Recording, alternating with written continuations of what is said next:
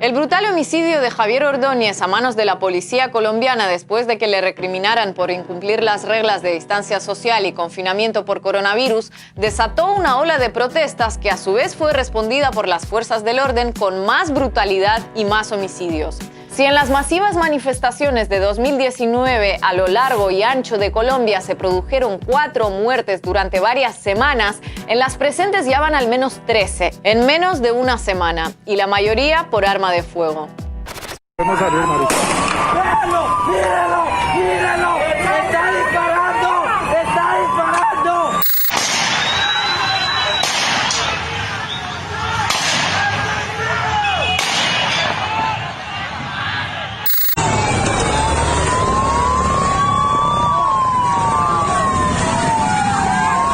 Claro, mira. Mira, pobre viejo, vale. Mira cómo... Lo tuvieron que haber matado. Mira cómo... Ay, Dios mío. Mira cómo lo arrastran.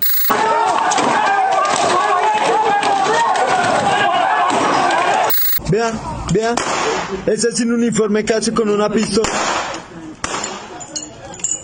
Y aunque términos como protestas y violencia estatal no tienen mucho de novedoso en Colombia, estas protestas y esta violencia sí, porque se dan en un país que ya debería ser bastante distinto al de hace 4 años, pero que en muchos aspectos se sigue pareciendo más al de hace 20.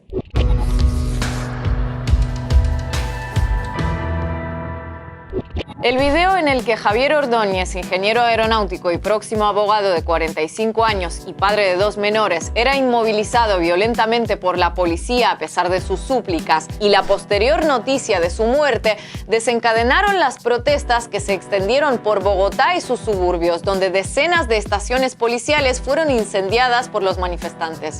La policía, y no su rama del SMAT, que es la que usualmente actúa ante situaciones de orden público, respondió como si las protestas fueran un asunto de delincuencia armada, con el saldo momentáneo de 12 muertos y más de 70 heridos por arma de fuego.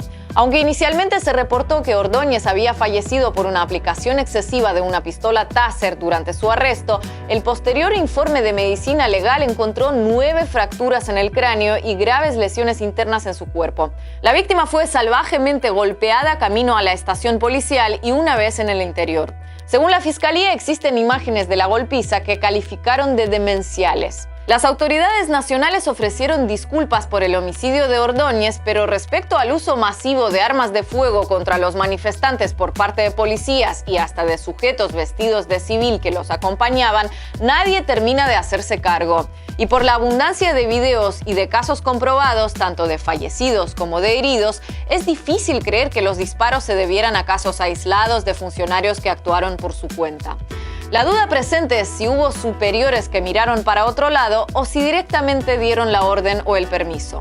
El nulo efecto de los continuos llamados de la alcaldesa de Bogotá a la policía a que cesaran en el uso de armas de fuego y represión indiscriminada no hizo sino aumentar la sensación de impunidad con la que operan y con ella la frustración y la indignación de los manifestantes. Las denuncias, exigencias y hasta casi que súplicas de Claudia López tuvieron tanto efecto en las fuerzas policiales como si las hubiera realizado Maluma. Y es probable que hasta menos. Porque una de las peculiaridades de la policía colombiana es que, al contrario que en la mayoría de países, no es una institución civil sino militar.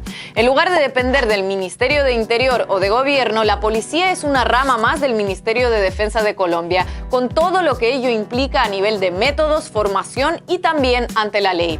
En Colombia, los casos de abuso o de violaciones a los derechos humanos cometidos por funcionarios policiales no son juzgados en tribunales civiles sino militares.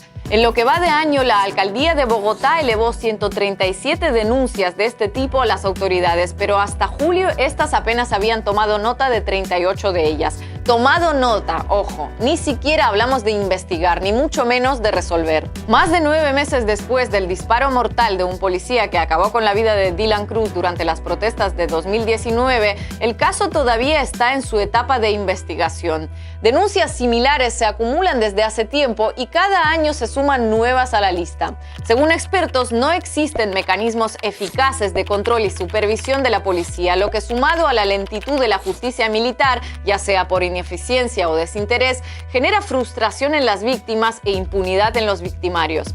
Frustración e impunidad que no solo se vive en el caso de los abusos policiales, sino también en el de los llamados falsos positivos, en los que miles de colombianos fueron asesinados y disfrazados como guerrilleros por el ejército para cobrar recompensas. O del reciente repunte en el número de masacres, unas 50 en lo que va de año, que han dejado alrededor de 200 asesinados y de las que el gobierno de Iván Duque no ofrece muchas más explicaciones ni soluciones que eufemismos como que no se trata de masacres, sino de homicidios colectivos. Todo esto, sumado a la crisis provocada por la pandemia de coronavirus, desembocó en un estallido violento que las autoridades quisieron apagar con más violencia. Como en tantas otras ocasiones, en buena parte de los medios y del espectro político se exprimió al máximo el discurso de los vándalos para explicar de un plumazo una realidad infinitamente más compleja. El ministro de Defensa, en una ya habitual mezcla de nostalgia, anhelo y necesidad de las autoridades de Colombia, afirmó que la destrucción de los centros policiales fue organizada por comandos urbanos de la guerrilla del ELN y de disidencias de las FARC. Un regreso a viejos discursos y viejas acciones que dejan a la vista lo difícil que es lograr la verdadera paz en un país cuando buena parte de sus instituciones civiles, políticas o judiciales fueron creadas, diseñadas o reformadas para la guerra.